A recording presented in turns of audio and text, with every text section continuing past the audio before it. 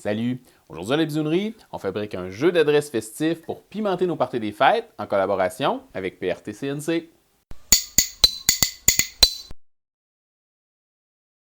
PRT-CNC est un fabricant de machines CNC que je ne connaissais pas du tout puis qui m'a contacté il y a quelques temps pour me demander si je voulais essayer un de leurs modèles, leur PRT 4040. Comme une des grandes valeurs de la bisounerie et la découverte, j'essaie de jamais dire non à une opportunité, alors quelques semaines plus tard, il y a une grosse boîte de carton qui atterrit dans l'atelier.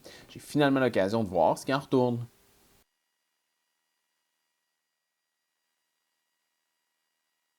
L'assemblage de la machine est super facile, les instructions sont bien claires, la quincaillerie et les branchements bien détaillés. C'est une histoire de quelques vis à visser, puis de quelques fils à brancher, puis on est prêt pour l'aventure.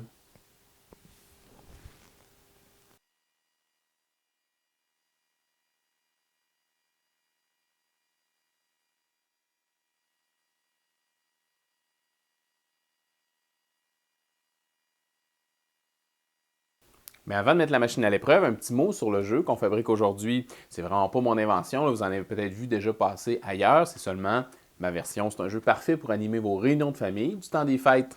On a une base sur laquelle est fixée une potence. De chaque côté, il y a un anneau pendu au bout d'un fil et un crochet fixé au montant de la potence. Il y a 5 cavités dans la base qui sont prévues pour recevoir un gage qu'on place au départ dans la cavité centrale. Et le gage peut être à peu près n'importe quoi selon l'âge des joueurs. Ça peut être des bonbons ou des chocolats pour des enfants ou un petit coup d'alcool fort pour les grands. Ça peut même être un billet marqué d'une conséquence gênante et horrible.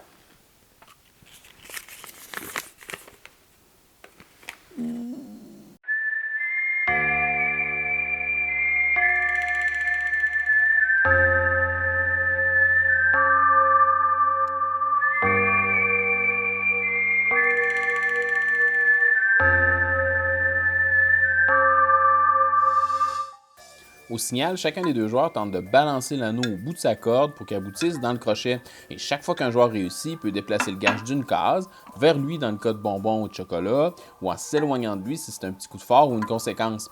Le joueur qui arrive à faire sortir le gage du jeu gagne la partie et mange les bonbons ou fait boire le petit coup à son adversaire.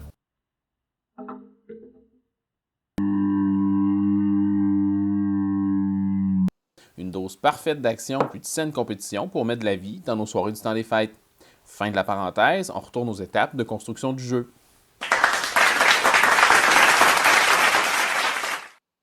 Donc maintenant, pour nous donner une idée de ce dont est capable la PRT 4040, je m'attaque à la base du jeu. Je pars d'une retaille de comptoir que j'avais conservée quand une collègue de bureau m'avait demandé un petit coup de main pour ramener une planche achetée à la bonne mesure pour son îlot de cuisine. Merci Marie-Ève. Une fois que j'ai ma base, je passe à Easel pour modéliser mes cavités et générer les codes d'usinage. Je prévois des trous de 10 mm de profondeur par 30 mm de diamètre. Je les répartis uniformément sur la largeur de ma base et quand c'est prêt, j'utilise Easel directement pour contrôler la machine.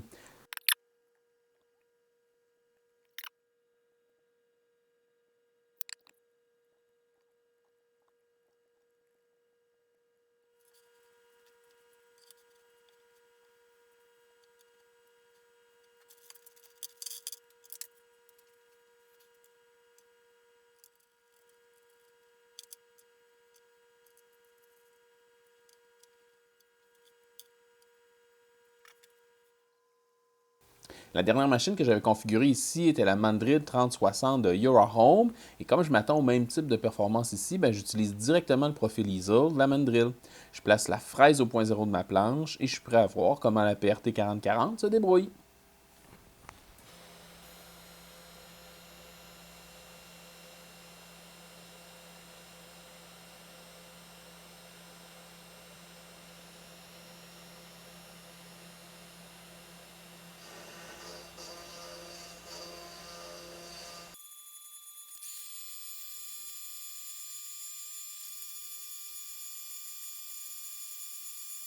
Et franchement, je suis agréablement surpris avec sa construction robuste tout aluminium, ses profilés 60 par 20, sa broche de 300 watts. La machine fait juste une bouchée de mes trous. Elle reste plutôt silencieuse, presque comme si elle travaillait dans le vide. Je n'étais pas trop certain au départ à quoi je devais m'attendre, mais je découvre une machine très robuste, très rigide et franchement facile à opérer.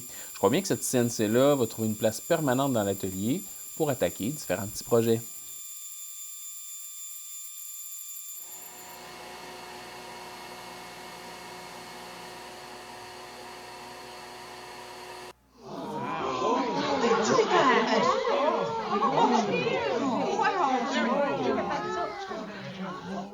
Si on vient à notre jeu, maintenant que ma base est prête, je me lance dans la fabrication de la potence. Encore là, je récupère des chutes d'un autre projet, puis j'évalue à l'instinct les longueurs des deux pièces qui vont former la potence. Ici, on peut à toute fin pratique utiliser les longueurs qu'on veut là, en fonction des morceaux qu'on a, puis de l'encombrement qu'on est prêt à tolérer pour déplacer et ranger le jeu.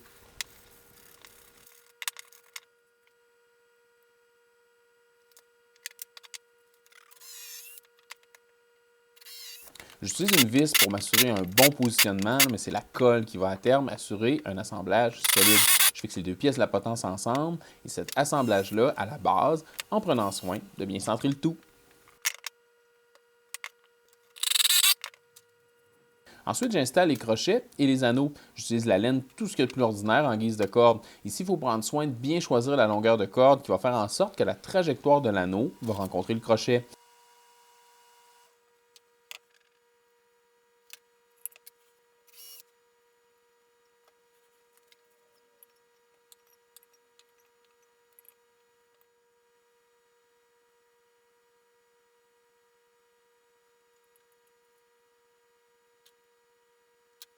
Je répète l'opération avec le deuxième anneau en m'assurant d'avoir deux côtés parfaitement symétriques.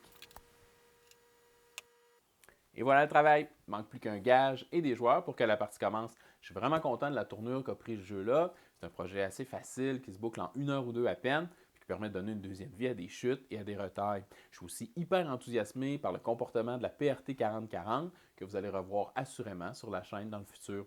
Petite parenthèse, dans le cas du projet d'aujourd'hui, les cavités auraient très bien pu être faites à la perceuse à colonne ou même à la main.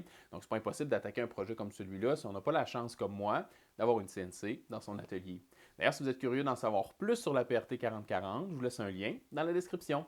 Et pour voir les autres projets CNC de la chaîne, ça se passe dans la liste de lecture, juste ici. On se voit là-bas. Merci d'avoir pris le temps de regarder. À bientôt!